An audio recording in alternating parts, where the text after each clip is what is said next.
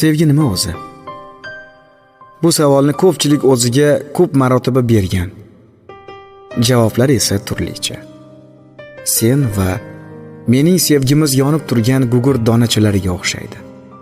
Ikkimiz ham bir-birimizga bo'lgan muhabbatdan yonib, kuyib kul bo'lsak ham hech birimiz g'ururimizdan kechib, muhabbatimizni tan olishni istamaymiz. Qiziq. Nega shunaqa ekan? Sen men uchun jondan azizsan. Sen uchun ham men sevikli insoning ekanligimni bilaman, ammo qachon buni tan olar ekansan? Qachon buni men tan olar ekanman? Buni tan olar ekanmizmi o'zi? Bilasanmi, oddiygina sog'indim deyishga jur'atim yetmaydi. Uni o'rniga 100 ta boshqa gap aytaman u oddiygina sog'indim deyishga jur'atim yetmaydi. Senchi?